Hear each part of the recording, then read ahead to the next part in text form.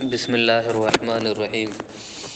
اس سے پہلے آپ نے پڑھا تھا کہ اصاہ ترا برقن اری کا بمیدہ کلم الیدین فی حبی مکللی یضیء ثناہ او مصابیح راہب ابا امال السلیطہ بالذباب المفتلی۔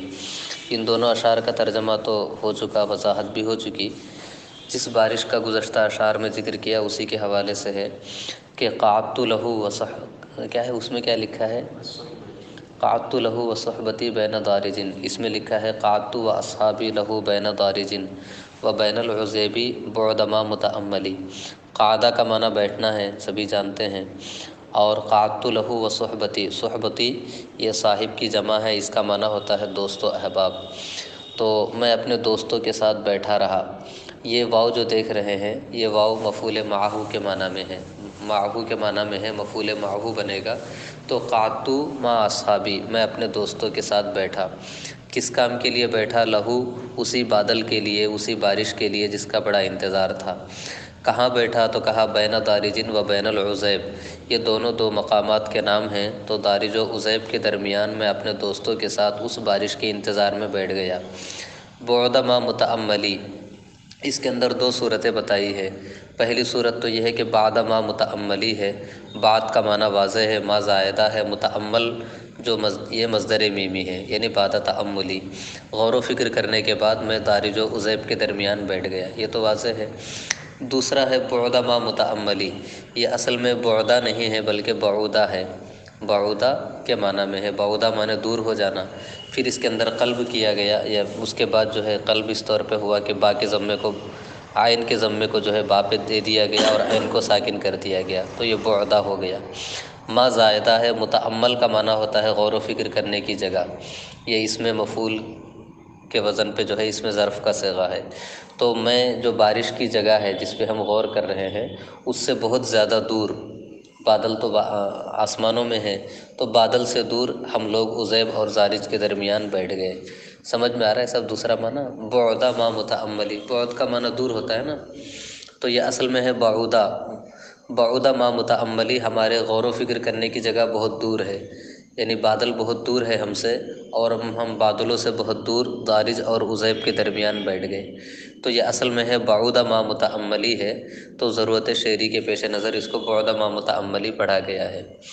تو پہلا معنی زیادہ واضح ہے کہ غور و فکر کرنے کے بعد دارج اور عزیب کے درمیان اپنے دوستوں کے ساتھ اس بارش کے انتظار میں بیٹھ گیا۔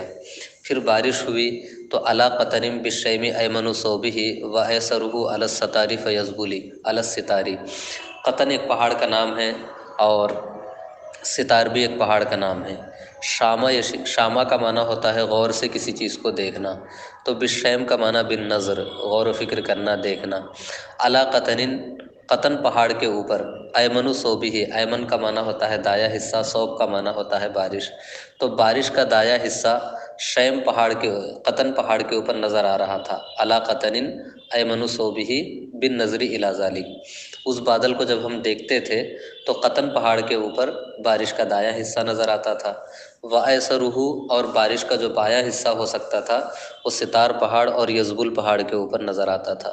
یعنی یہ بتانا ہے کہ بارش اتنی تیز ہوئی اور اس کثرت کے ساتھ ہوئی کہ ہمارے علاقے میں جو مشہور پہاڑ ہیں، تو قطن پہاڑ ہے، ستار پہاڑ ہے، یزبل پہاڑ ہے، ان تمام مواقع پہ جو ہے بارش ہوتی رہی، بارش کا دایاں حصہ ادھر تھا، بایاں حصہ ادھر تھا۔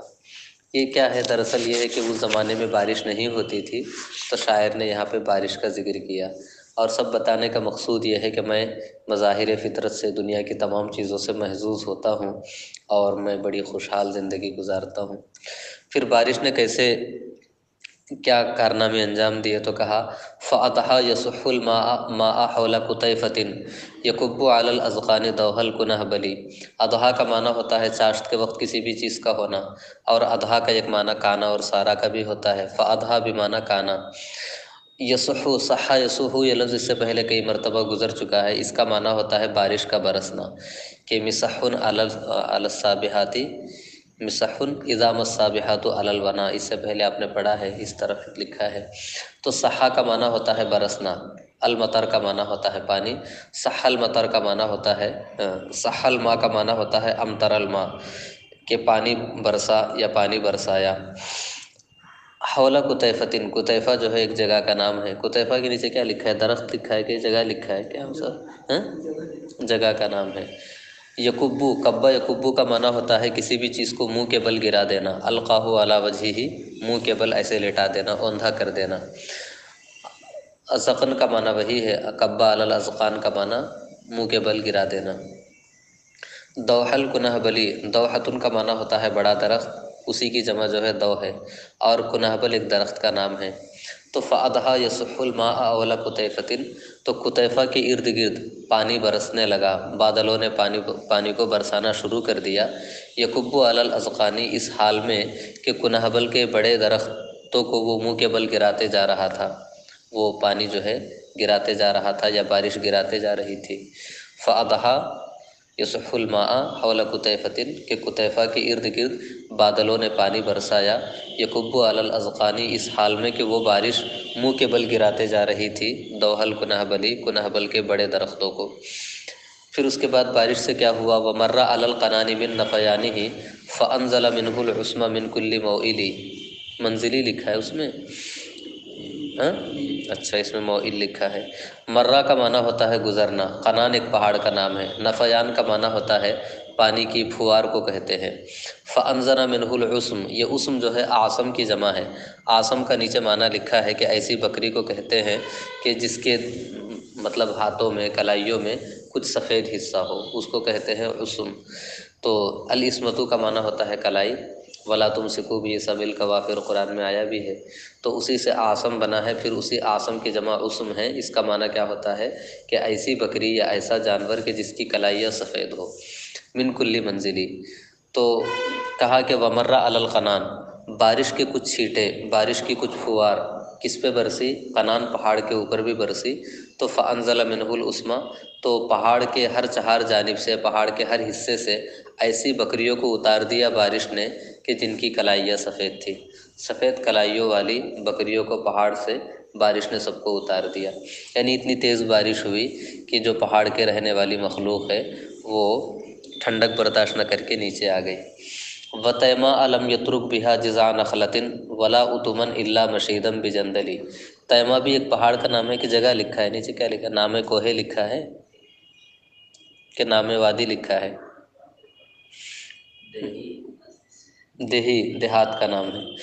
تو وَتَیْمَا، اور تیمہ بستی میں، لم یترک بہا جزع نخلۃ، الجزو کا معنی ہوتا ہے تنا، نخلا معنی کھجور کا درخت. ولا اتمن، اتم کسے کہتے ہیں؟ ٹیلے کو کہتے ہیں، یا ٹیلا نما البیت المرتفع، جو بلند مکان ہوتا ہے اس کو کہتے ہیں.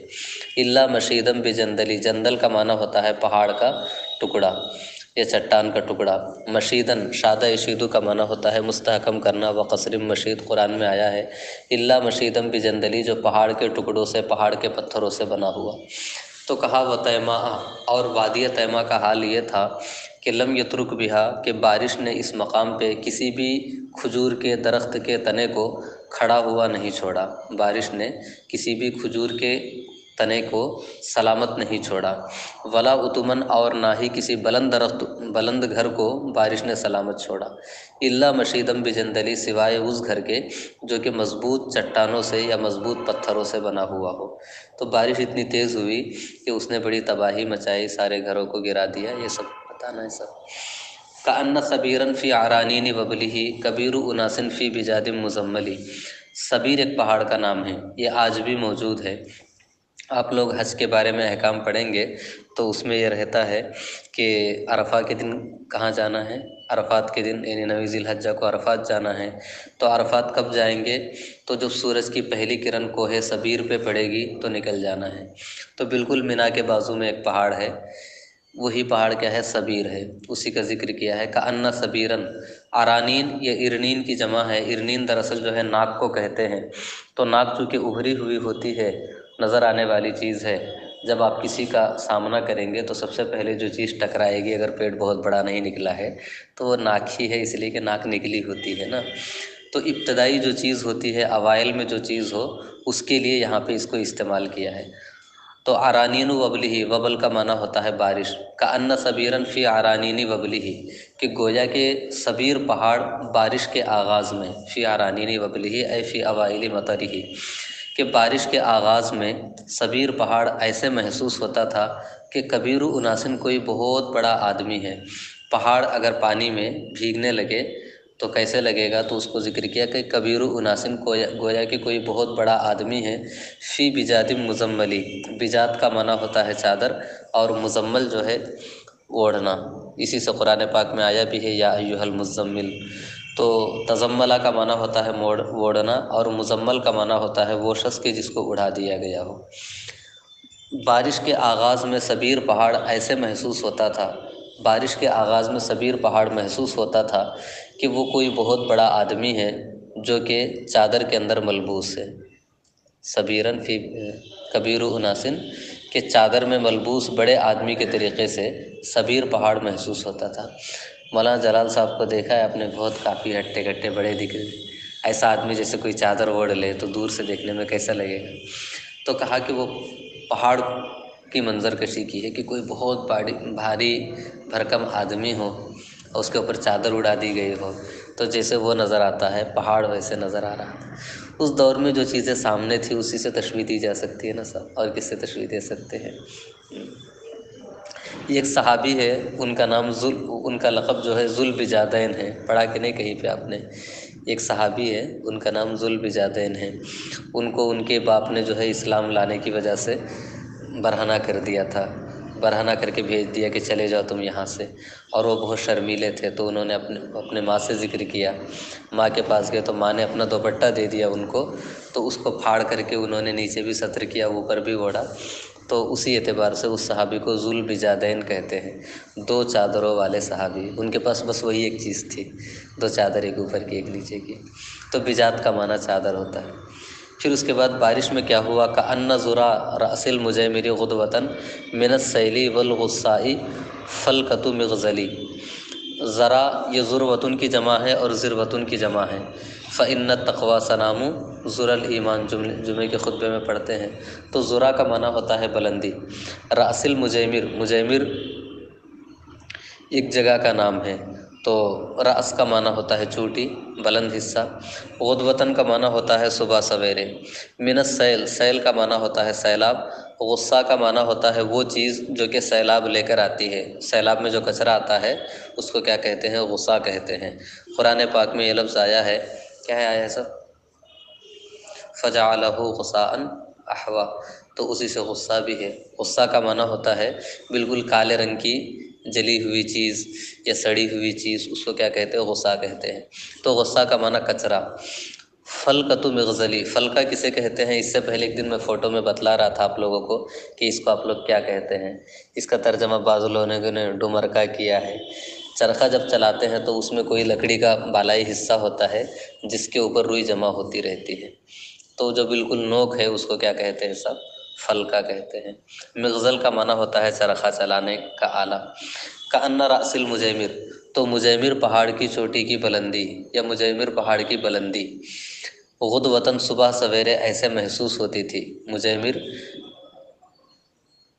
میں جو پہاڑ ہے اس کی چوٹی صبح کو کیسے محسوس ہوتی تھی، من السیل والغصاء، سیلاب کی وجہ سے اور کچرے کی وجہ سے ایسے محسوس ہوتی تھی جیسے کہ چرخے کے اندر جو بالائی حصہ ہوتا ہے سب، یعنی یہ ہے کہ ہر طرف کچرا جمع ہو گیا، پانی بہہ رہا ہے، کچرے کی وجہ سے کچرا بھی جمع ہو گیا ہے، اسی میں ایک پہاڑ ایسے نظر آ رہا ہے، تو اس کا بلند حصہ ایسے نظر آتا ہے جیسے چرخہ چلاتے ہیں تو اس میں اوپر ایک لکڑی نکلی ہوتی ہے، ویسے وہ پہاڑ کا حصہ نظر آ رہا ہے۔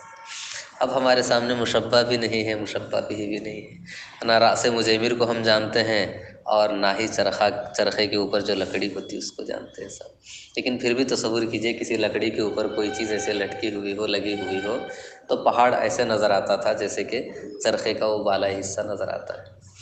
وَأَلْقَى بِصَحْرَاءِ الْغَبِيطِ بَعَاهُ نُزُولَ الْيَمَانِ ذِي الْعِيَابِ الْمُحَمَّلِ۔ القا کا معنی ہوتا ہے ڈال دینا، صحرا کا معنی واضح ہے، غبیط ایک وادی کا نام ہے، باعون کا معنی ہوتا ہے سامان، اور بارش نے صحرائے غبیط میں، غبیط کے میدان میں، غبیط کے جنگلوں میں اپنا پورا بوجھ ڈال دیا، یعنی بادلوں میں جتنا پانی بچا ہوا تھا وہ پورا کا پورا پانی کہاں برس گیا، صحرائے غبیط میں برس گیا۔ تو صحرائے غبیط میں بادلوں نے اپنا سارا بوجھ انڈیل دیا، نزول الیمانی، اور اس کی کیفیت ایسے تھی جیسے کہ کوئی تاجر یمانی ہو۔ نزولہ التاجر الیمانی ہے تو تاجر کو حذف کر دیا، یمانی اس کی صفت ہے۔ ذی العیاب المحملی، العیاب یہ عیبتن کی جمع ہے، عیبتن کپڑے کو کہتے ہیں، کپڑے کی تھیلی کو کہتے ہیں۔ محمل کا معنی ہوتا ہے لدا ہوا۔ پہلے زمانے میں جب تاجر لوگ کپڑے بیچنے کے لیے جاتے تھے تو ایک بڑے کپڑے کے اندر یا ساڑی کے اندر جو ہے سارے کپڑے جمع کر لیتے، اور خریدنے کے لیے کہیں اتریں گے تو وہ کھول کر کے کپڑے اسے پھیلا دیتے ہیں سب۔ ابھی بھی کچھ غریب لوگ اس طرح بیچتے ہیں۔ تو بارش جو ہے صحرائے غبیط میں ایسے برس گئی جیسے کہ کوئی یمنی تاجر ہو جو کپڑوں کا بستہ لا کر کے اس نے کھول کے رکھ دیا ہو۔ جیسے کپڑا کھول کے رکھ دے تو ہر طرف کپڑے کپڑے نظر آتے ہیں، ویسے ہی بارش نے ہر طرف اپنا جلوہ دکھلایا۔ تو نزولت تاجری، تو یمنی تاجر کے نازل ہونے کے طریقے سے ذل ایاب المحملی، لدے ہوئے کپڑے والے، لدے ہوئے کپڑے والے تاجر یمانی یا یمنی تاجر کے اترنے کی طرح صحرائے غبیط میں بارش نے اپنا بوجھ برسا دیا۔ کأن مکاکی الجواء غدیۃ صبحنا سلافا من رحیق المفلفلی، اس کے بعد جب بارش پوری برس گئی تو صبح سویرے جو پرندے چہچہاتے ہیں تو اس میں ایک پرندہ مکا ہے تو وہ خاص طریقے سے چلاتا ہے، اسی کی جمع مکاکی ہے۔ جوا ایک جگہ کا نام ہے۔ غدوتاً یہ جو ہے یہ کلمہ ہے، اس سے پہلے ایک شعر پہلے گزرا ہے، اسی کی تصغیر غدیتن ہے۔ غدیتن کا معنی ہوتا ہے صبح سویرے، صبح سے تھوڑا پہلے۔ صبحنا، صبح کا معنی ہوتا ہے صبح کی شراب پلانا، سلاف کا معنی ہوتا ہے خالص شراب، رحیق کا معنی شراب ہوتا ہے، مفلفل اس چیز کو کہتے ہیں جس کے اندر مرچ ڈال دی گئی ہو۔ تو شراب کے اندر اگر مرچ ڈال دی جائے تو جہاں لذت بڑھتی ہے وہیں پہ آواز بھی صحیح ہو جاتی ہے، ان کا ماننا ہے۔ تو کہا کہ کأن مکاکی الجوائی، وادی جوا کے پرندے صبح سویرے ایسا محسوس ہوتا تھا کہ صبحنا ان کو پلا دیا گیا ہے، سلافن مانے خالص شراب پلا دی گئی ہے، من رحیق المفلفلی ایسے شراب کا خالص حصہ پلا دیا گیا ہے جس شراب کے اندر مرچ ڈال دی گئی ہے نا، من رحیق المفلفلی، مرچ ملی ہوئی شراب کا خالص حصہ ان کو صبح سویرے پلا دیا گیا ہو تو اس شراب کو پینے کے بعد جو مستی کے عالم میں خوبصورت آواز نکالتے ہیں، اسی طریقے سے یہ مکاکی پرندے جو ہے صبح کو آواز نکال رہے تھے۔ کأن السباع فیہ غرقا عشیۃ بارجائہ القصویٰ انابیش انسلی، صبح کا واقعہ ذکر کر دیا کہ صبح کو پرندے ایسے چہچہا رہے تھے، اور شام کے وقت کیا ہوا کہ ان بادلوں کی وجہ سے، بارش کی وجہ سے جو پرندے، جو جانور مر گئے، مرنے کے بعد شام کو پانی میں تیرنے لگے، تو تیرنے لگے تو کیا کیفیت تھی؟ تو کأن السباع فیہ غرقا عشیۃ، السبع کا معنی ہوتا ہے درندہ، بولتے ہیں نا قرآن پاک میں یہ لفظ آیا ہے وما اکل السبع الا ما ذکیتم، درندے کو سبعون کیوں کہتے ہیں؟ تو درندے کو سبعون اس لیے کہتے ہیں کہ عربی زبان میں اگر مبالغہ بتانا مقصود ہو تو یہ بولتے ہیں کہ یہ کام 7 بار کرو، یعنی خوب کرو، ہے نا، کبھی کسی عادت کو ذکر کرتے ہیں، ایک بار نہیں 7 بار میں نے اس سے کہا۔ تو گویا کہ جو شیر ہوتا ہے، درندہ ہوتا ہے، اس کے اندر عام جانوروں کے مقابلے میں 1 گنا نہیں 7 گنا طاقت زیادہ ہوتی ہے، اس اعتبار سے درندے کو کیا کہتے ہیں؟ سبعون کہتے ہیں۔